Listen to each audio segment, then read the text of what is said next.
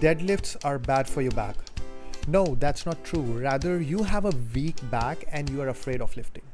Hello and welcome. I'm Rahul, a performance coach, founder of Skills School of Performance. And before we dig deeper into the topic, I request you to please subscribe and follow me to be updated on all amazing future content.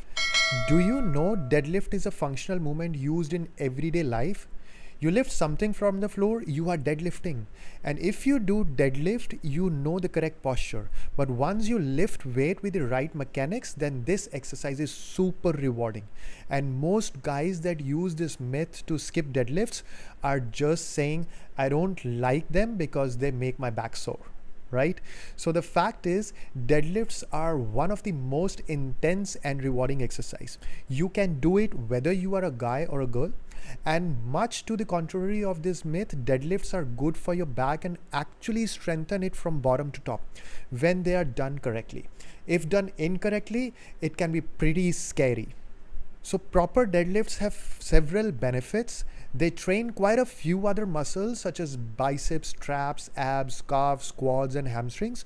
They also trigger increased growth hormone and testosterone production, which greatly enhances your gains from all of your workouts.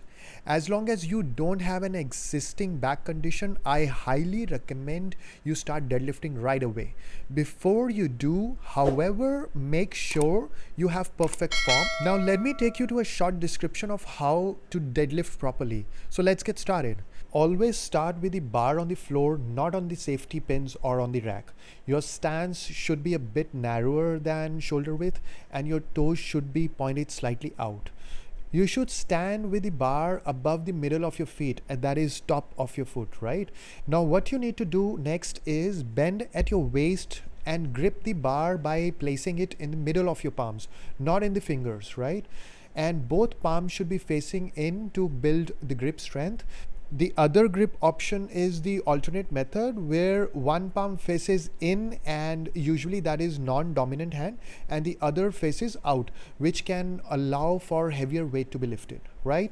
And your arms should be just outside your legs, leaving enough room for your thumbs to clear your thighs. Now bend through your knees until your shins touch the bar and then lift your chest until your back is in a neutral position and tight. Don't over arc your back and don't squeeze your shoulder blades together like with the squat. Just push your chest up and your shoulders and back down. Your elbows should be completely straight. You are now ready to pull. Take a deep breath, look forward and start the upward movement by engaging the quads to begin the straightening of the knees. This will pull the bar up your shins, and once the weight is off the ground, join your hips into the upward movement and keep your back neutral and tight the whole way up. The bar should move up your shins and roll over your knees and thighs. At the top, your chest should be out and your shoulders down. Don't lean back or shrug the weight or roll your shoulders up and back. This is the correct upright position, right? Now the next half of the movement is lowering the weight back down to the floor in a controlled manner. Yes, it must go all the way back to the floor. This is simply a mirror image of what you did to come up, right? Now you begin to lower the bar by pushing your hips back first, letting the bar descend in a straight line until it reaches your knees. At that point, you bend your knees and lower it down to your shins. The back stays locked in its tight, neutral position the entire time, and you are back to the starting position. Now, this is a complete deadlift movement. Here, I want to give you a few deadlift tips. Number one, don't start with your hips too low. Remember that deadlift starting position is not the same as squat bottom position. The deadlift requires that your hips be higher than the bottom of the squats. Now, when you are lowering the weight, if you break your knees too early, you will hit them with the bar. To avoid this, begin your descent by pushing your hips back first and don't bend your knees until the bar reaches your knees. So if you start the upward motion with bent elbows, you will end up putting unnecessary strain on the biceps. So keep your elbows straight on your entire lift. right? Now, another point is deadlifting in shoes that have air cushions or gel filling is a bad idea. So it compromises stability, causes power loss, and interferes with proper form. So get the shoes with flat, hard soles. Another point which I want to bring in front of you is too wide of a stance or grip will make the exercise awkward. So the deadlift stance is narrower than the squat stance, and the deadlift requires that the hands be just outside the legs.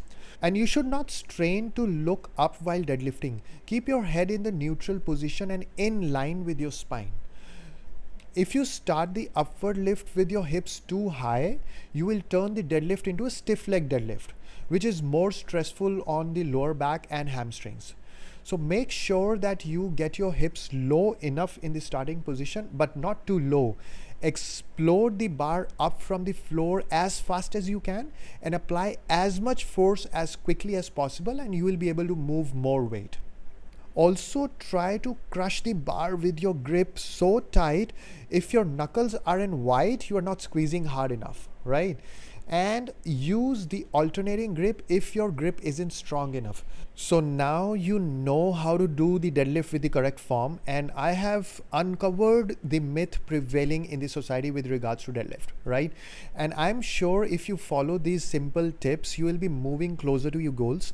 You just need to work harder and sensible. And my goal is to help you live better life tomorrow than today. Please do subscribe and start following me if you have not done so. Thanks for being with me. This is Rahul signing off. Bye-bye.